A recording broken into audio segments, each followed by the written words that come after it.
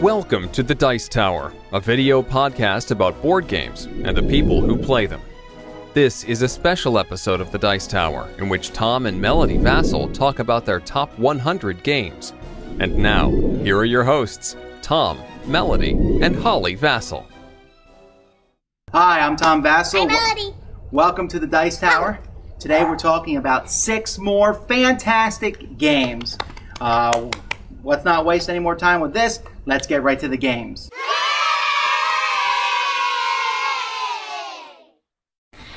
I like this game because it's a finding game, but to me it feels like a detective game. It's kind of like those Where's Waldo books, right? And because you're making this big game board, and look how big it is, and there's all kinds of crazy pictures on it, and on your turn you draw a card and it tells you something to find, or you might draw a card that tells you to find so many things. For example, here I might have to find as many teeth as I can, and so I guess how many teeth I'm going to find, and then I look all over the map for teeth. Or you might get a picture card. Say, for example, here is a match, and then everyone has to look and find this match on the picture, but it could be anywhere. And then there are certain cards that will cause the board to change. Maybe part of it is taken and flipped over, and it's like a ever-changing, really wacky, wild Where's Waldo game. And this is one game that Melody almost always beats me at, because she can find these things faster than I can. I'm still looking for that match that I showed you earlier, and I haven't found it yet. So maybe neither one of us will find it. But I'll tell you what, this is a great game, which you still might be able to find in your stores today.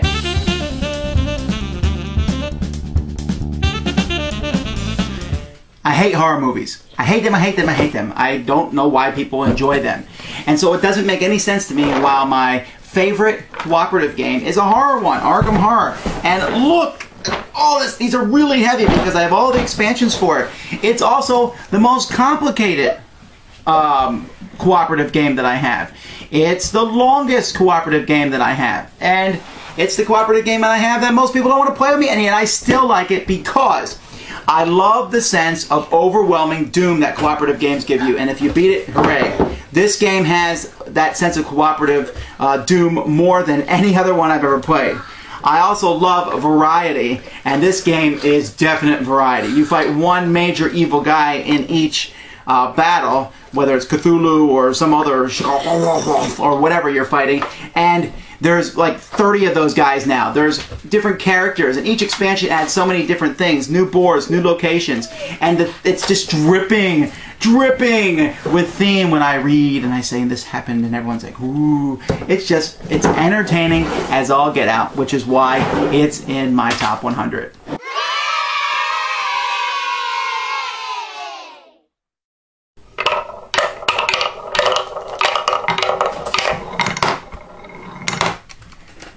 Why do you like this game?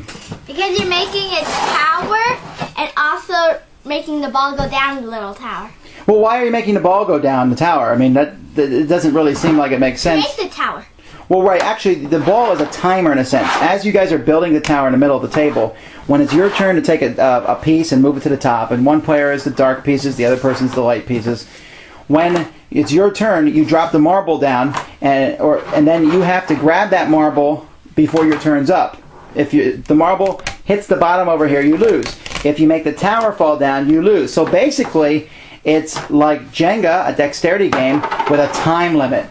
And the time limit could have been a sander, but it's so much cooler to drop the marbles down the chute. Everyone knows just how awesome marble ramps are, and this is one of the best ones. Everything comes in a very nice wooden case, and the discs are easy to stack, and you stack them in a pyramid like that, and then pull them off and stick them on the top as the game goes by.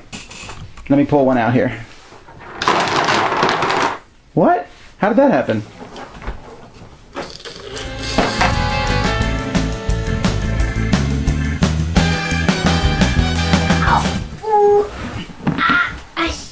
Pick it up. Alright, Twilight Imperium 3.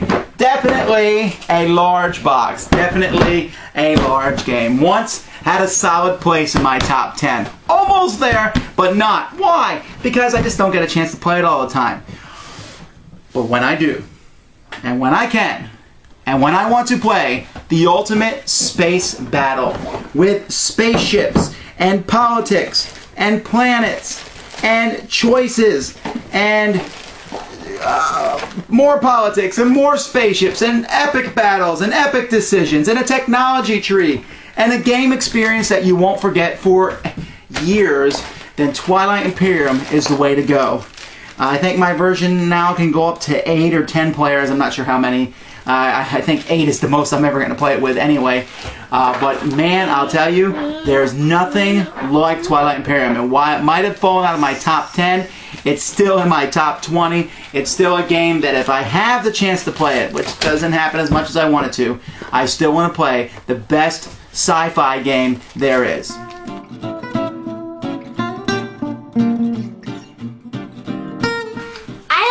Because when you pull out a card, you make a funny noise. Yeah, the game actually is played kind of like this. Here's Melody and I. We're going to both flip over a card, and then we have to make any noises or do any actions that these cards show. Ready, set, go. Okay, actually, the game doesn't have the lion or the bull in it, but Melody and I and the other kids in our house, we've made up a sound for every animal. Actually, the game only has birds, bugs, and beans. What do you do when you see a bird? Tweet, tweet. And what do you do when you see a bug? Right, because we don't want those bugs. We kill them. And what about a bean? Because we all know what beans do. So let's try one more card. Ready? Go. Yeah. Did we ever make up something for the zebra? I don't remember. Oh, let's try one more. Ready? But whoever makes the sound first is the one who gets all the cards, and you're trying to get all the cards into your deck. And so there's all kinds of funny things as the game progresses, and and there's all kinds of funny animals, but you got to always be on the lookout for those birds, those bugs, and those beans. Where are the birds, bugs, and beans? Oh. Bug!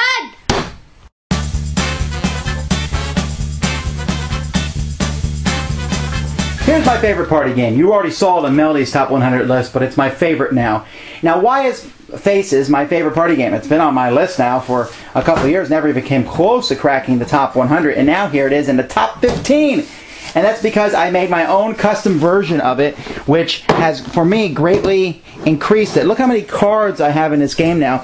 I used a company called ArtsCal, and then I came up and I just started looking all over the internet for hilarious pictures, and I spent a lot of time putting into this and just getting all different pictures of all different people, and I have a custom Faces set now that is just absolutely fun to play with. You'll never know what kind of person you'll run into. Sometimes they're famous, sometimes you've never seen them before, but regardless, they are going to make you laugh when there's something. Basically, we just play it now just like apples to apples, where I turn over a card and say which one of these is the most likely to not have taken a bath today, and you pick which one you think that is. And there's just so many different cards, so many different people in the game.